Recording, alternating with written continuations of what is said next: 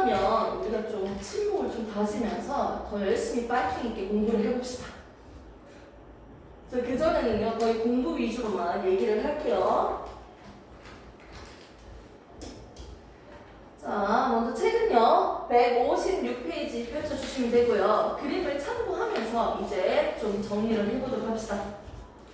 자, 생명체가 가지고 있는 특징. 질문을 좀 힘들게 받을게요. 자, 생명체가 가지고 있는 특징. 생명체라면 가지고 있는 특징이 있습니다. 그 특징 두 가지 뭐가 있었어요? 생명체라면 세포로 구성되어 있다. 그리고 생명체라면 생명체 내에서 일어나는 모든 화학 반응, 즉 뭘 한다? 물질 대사를 한다는 거였어요. 그런데 생명체 내에서는요, 물질 대사를 하기 위해서는요, 밖에서 쓰레기 태우는 원소 반응에 비해서 온도도 현저히 낮아요. 낮은 온도에서 반응을 좀 일어나기 위해서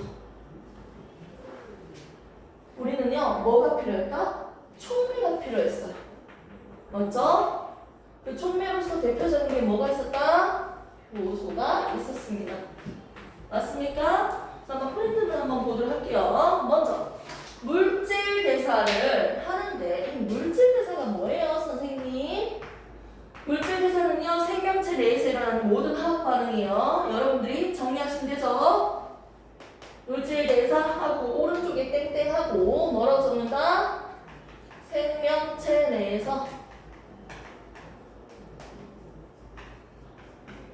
일어나는 모든 화학 반응.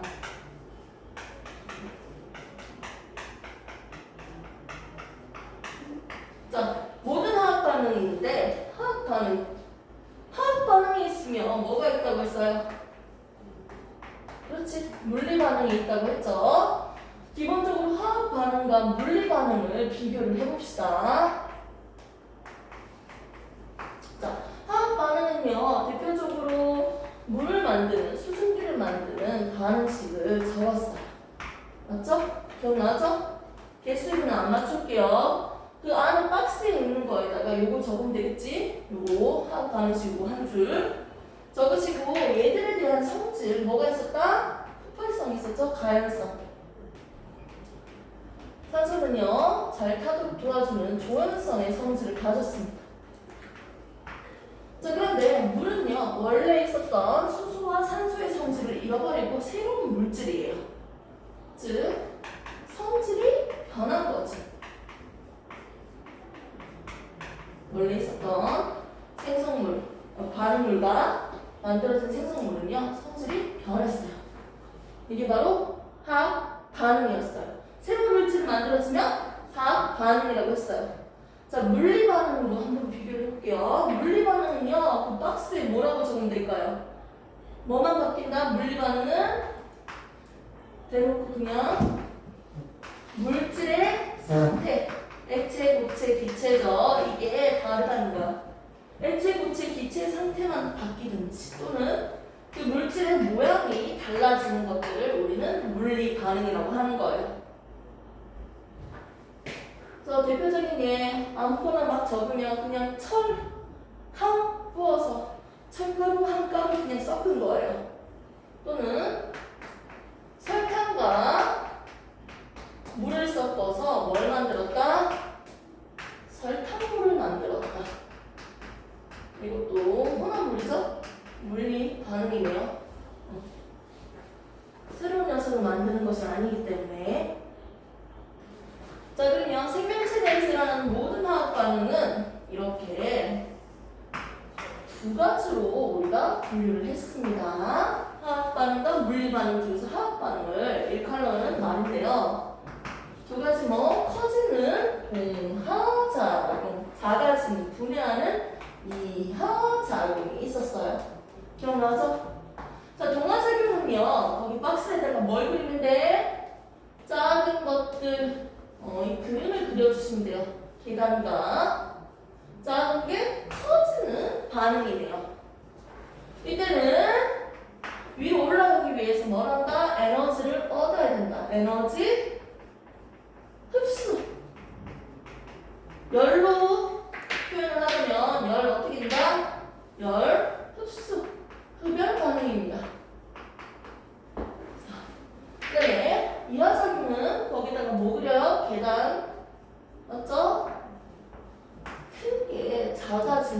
반응입니다.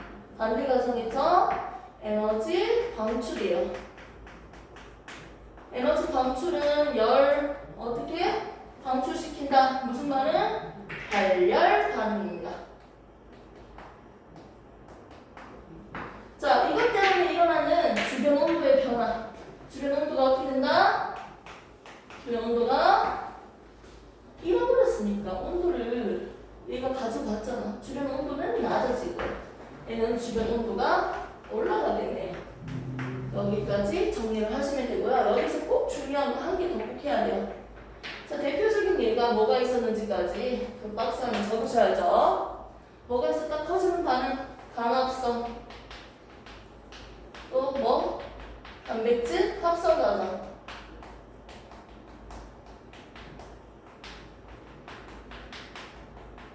자, 그 다음에 이하작용은 작아지는 거죠. 대표적인 예 두 가지 뭐? 세포 호흡이죠. 호흡과 소화죠. 이렇게 두 가지를 볼 수 있었습니다. 됐습니까? 이렇게 정리를 해주시면 되고요. 이걸 이제 그래프식으로도 우리가 볼 건데, 이거는 생명체 내에서는요 물질 대사가 일어날 거예요. 물질 대사를 할 때는요 에너지가 흡수하고 방출하는 뭐가 있다? 반드시 물질 대사가 있을 때 일어나는 반드시 첫 번째 거 에너지 출입이 있습니다. 맞죠? 두 번째 효소가 필요해요. 효소가 관여한다는 거죠. 화학 반응에 있습니까?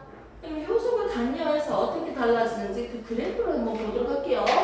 먼저 동화작용에 대한 그래프 우리가 어떻게 그랬습니까? 작은 게 커지니까 첫 번째는 에너지가 작아요. 에너지 양. 나중에는 에너지량은 커집니다. 어떻게? 이렇게 그렸습니다.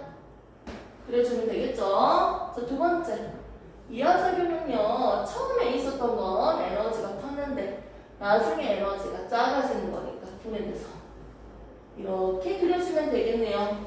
그림은 조금 이상하다 해도 이렇게 대충 그려보도록 하겠습니다. 그래프로 이렇게 동화작용과 이하작용을 그릴 수가 있겠네요. 자, 여기서 조금만 더 추가적으로 설명을 해봅시다. 처음보다 나중에 더 커지는 거니까 작은 것들이 모여서 커지는 반응은 동화 반응이네요. 자, 큰 물질이 어떻게 작아지는 이하작용이네요. 이렇게 볼 수 있겠네요. 이때 처음에 가지고 있는 에너지와 나중 에너지의 이 차이를 우리가 뭐라고 했다? 에너지 차이만큼 에너지 흡수, 에너지 방출이죠. 오케이? 반응열이라고 했습니다. 반응열. 반응열은 뭐다? 처음과 나중 에너지 차이. 그만큼 에너지를 흡수하거나 방출한다는 거죠. 얘가 반응열이겠네요. 자, 그런데 이렇게 화학 반응이 일어나기 위해서 분해하거나 합성하는 반응이 일어나기 위해서는요 최소한으로 필요한 에너지가 있었어. 반응이 일어나기 위해서는 무조건 있어야 돼. 최소한 이만큼의 에너지는 있어야지 반응이 일어난다는 거야. 이걸 우리는 활성화시키는 데 필요한 에너지, 활성화 에너지라고 했습니다. 여기서도 활성화 에너지는 요만큼이겠네요. 오케이? 활성화 에너지. 이렇게 크기값을 표시를 할 수 있겠네요. 찾을 수 있겠네요. 이렇게 해서 활성화 에너지까지 반응열까지 우리가 봤고요. 그럼 여기서 우리가 쓸 거야. 평상시 반응이 이렇게 일어날 건데요. 물질 대사를 하는데 촉매가 필요하죠. 효소 맞죠? 이 촉매는 효소. 촉매는요. 정촉매도 있었고 부촉매도 있었습니다. 두 개로 한번 나눠서 봤습니다. 정촉매 같은 경우는요. 활성화 에너지를요. 낮춰줬어요. 낮춰줬습니다. 낮춰주기 때문에 내가 조금 적게 에너지를 가지고 에너지를 얻어도 반응이 일어날 수 있어요. 더 쉽고 더 빠르게. 활성화 에너지를 낮춰주니까 어떻게 더 반응이 쉽고 빠르게 일어나도록 도와주는 겁니다. 활성화 에너지를 낮춰주니까 맞죠? 그 높이가 활성화 에너지가 높이가 낮아지네요. 처음보다. 자, 부촉맥 같은 경우는요 어떻게 됐습니까? 활성화 에너지를 높였어요. 활성화 에너지를 높였어요. 활성화 에너지를 높여줍니다. 오케이? 즉, 활성화 에너지를 높여줌으로써 반응을 더 느리게 하는 역할을 합니다. 근데 우리가 지금 주로 얘기하는 이 효소는요, 누구를 얘기한다? 정촉맥을 얘기하는 거예요. 활성화 에너지를 낮춰줌으로써 반응이 더 빠르게 일어나도록 합니다. 활성화 에너지를 더 낮춰줌으로써 반응이 더 빠르게 일어나도록 해주고 있어요. 이게 바로 효소의 작용이었어요. 근데 효소는요, 단백질 성분이었어요. 효소들마다 가지고 있는 모양이 정해졌어요. 이때 반응물과 결합하는 부분을 우리는 뭐라고 할 거냐면 이 부분을 반응물과 결합하는 부분을 활성 부위라고 할 거예요.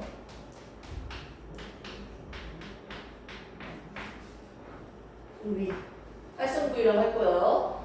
즉 하나의 효소에는 하나의 기질하고만 하나의 반응물하고만 반응을 할 거예요. 이걸 우리는 뭘 한다? 효소와 기질 특이성이라고 했어요.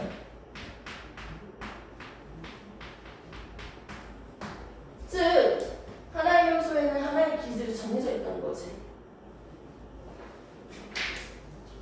밑에 보시면요, 물질 대사, 활성화 에너지, 반응열, 촉매, 정촉매, 부촉매 지금 설명한 거예요. 정리했어요. 그냥 여기 낱말 안 빼려고 적어놓은 거고요. 자, 반응물은 기질이라고요. 똑같은 말이고요. 활성 부위는 서로 반응하고 있는 결합되는 부위를 활성 부위라고 했고요. 자, 그리고 효소의 기질 특이성이라고 배웠습니다. 자, 그런데 사람 몸속에 발견된 효소의 종류는요 생각보다 겁나 많죠. 한 2,700여 가지가 있대요. 그런데 효소의 개수는 많을까요? 정말 엄청 많을까요? 종류는 이 정도인데 개수는 그렇게까지 엄청 많다고 할 수 없어. 효소는 쓰고 난 뒤에 다시 재사용 가능하니까요. 쓰고 또 쓰고 할 거기 때문에 효소의 개수는 한정적입니다. 그래서 그래프까지 저번에 설명을 했습니다. 자, 그러면 이 효소를요 우리 생명 현상에서 어디에서 관여하고 있는지 한번 체크만 합시다. 첫 번째, 효소와 생명 현상. 오른쪽 맨 밑에 프린터를 보시면 되죠? 어디에서 이 효소가 쓰인다? 소화할 때 쓰입니다. 소화 효소, 아밀레이스, 트립신, 라이페이스 이런 것들이죠? 자, 두 번째, 생장하는데도 효소가 관여한다는 거예요. 몸에서 어떤 물질을 만들기 위해서 효소가 필요하다는 거예요. 자, 세 번째, 혈액 응고. 딱가리 만든다고 하죠. 혈액이 붓는다고 하죠. 혈액을 응고시키는 역할은 누가 하고 있어? 혈소판이 했잖아. 이 혈소판에 있는 효소에 의해서 혈액 응고를 촉진시킵니다. 자, 그 다음에 해독작용. 술 마시고 나니까 속 쓰려요 이럴 수도 있겠는데, 자, 먼저 우리는 먹는 영양소가 대표적으로 세 가지가 있었어요. 그 세 가지 영양소가 뭐가 있었어요? 탄수화물, 단백질, 지방이 있었어요. 뭐 멘트나? 자, 단백질은요, 탄단지는 공통적으로 탄소, 수소, 산소로 구성되어 있는데 단백질 같은 경우는 질소까지 포함되어 있었어. 그렇기 때문에 단백질을 먹고 나면요, 노폐물로, 배설물로요, 뭐가 만들어진다? 독성 물질인 NH3 암모니아가 합성됩니다. 만들어집니다. 얘는 독성 물질이기 때문에 어디에 가서 요소로 전환된다 했다? 간에서 요소로 독성이 약한 물질로 전환시켜서 혈액을 통해서 운반해가지고 오줌으로 바깥으로 나갈 거예요. 자, 그런데 이때 간에서는요, 얘를요 요소로 있는 거예요. 이렇게 독성 물질인 이 물질에 대해서 해독작용을 하는데 효소는 쓰인다는 거죠. 됐습니까? 이렇게 생명현상에서도 효소를 볼 수가 있고요. 그리고 우리가 실질적으로 일상생활에서는 어떤 효소가 있는지 어디에 쓰이는지 한번 큰 틀만 보도록 할게요. 자, 그 다음 페이지 뒷면 보시면 효소의 이용입니다. 일상생활에서 어떻게 이용됩니까? 된장, 김치, 이오그레트, 쫄맛. 자, 이런 것들은 발효식품. 오케이? 여기도 효소가 있다는 거죠. 자, 식혜 만드는 것도 엿질금해서 효소에 의해서 어떻게 돼요? 엿당. 그 밥을 오랫동안 씹고 있으면 달달하대요.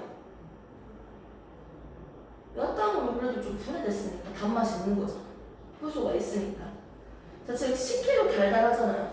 어느 정도 얘가 분해가 됐다는 거예요. 밥알이. 자, 그럼 연육제. 이건 들어본 적 있죠? 고기를 연하게 하기 위해서 쓰는 물질이에요. 이것도 효소죠. 자, 의학 분야에서도 이용됩니다. 요 검사제, 오줌이죠. 검사하는 거. 효소를 이용하고 있는 예고요. 혈당을 측정하는 것도. 소화제도 효소. 효소랑 연관되어 있습니다. 자, 그다음 산업 분야에서는 어디 쓰인다? 효소 세제, 효소 치약 이런 거 들어봤죠? 이런 것들도 효소. 자, 그다음에 식품 분야에서도 치즈, 고기 연화제, 가지던요 이런 것들도 다 효소 관련되어 있고요. 섬유도.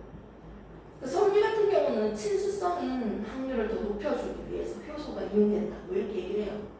그러니까 친수성일수록 물이랑 흡수를 잘하잖아. 물 흡수를 잘하겠지. 아무튼 섬유에서도 이렇게 이용되고 있다. 기타 분야에서도 어디 이용되고 있는지 보면요. 생명공학에서도 DNA 조합으로써요. 그 DNA가 하나의 유전 정보를 가지고 있는데 그 일부를 잘라가지고 다른 거랑 교체할 거예요. 갈아 끼울 거예요. 그 DNA 일부를 잘라서 다른 걸로 교체시킨다. 재조합한다. 이런 것들도 하나의 효소의 이용이 있습니다. 효소가 사실 있어야지 그 새로 만들 수도 있고요. 자를 수도 있어요. 자르는 녀석도 있고 붙이는 녀석도 있고요. 만드는 녀석도 있고요. 자, 환경. 생활하수나 공장 폐수에서 온 물질이 있는데 이것들은요. 효소에 의해서 분해할 수 있습니다. 이렇게 효소는 다양하게 쓰이네요. 자, 그 다음에 에너지 부분에서 식물체를 구성하는 탄수화물을 발효시켜 식물체 가지고 발효시켜가지고 뭐로 만든다? 에탄올 만든대요. 그러니까 에탄올 쓸 수 있다는 거야. 에탄올 필요할 때 이런 식으로 얻을 수 있다는 거지. 그러니까 바이오 연료를 만드는데도 효소가 이용될 수 있다는 거죠. 이런 식으로 효소는 어디 이용하고 있는지 우리가 봤고요. 지금 여기 있는 내용은요. 기본적으로 하이탑에 있는 모든 내용을 무조건 다 넣었습니다. 빠짐없이. 이걸 참고해서 이제 공부를 좀 더 탄탄하게 정리하시고요. 잠시 쉬는 타임 딱 2분만 지났다가 뒤에 생명 시스템 오늘 새로운 진도로 한번 시작을 해봅시다.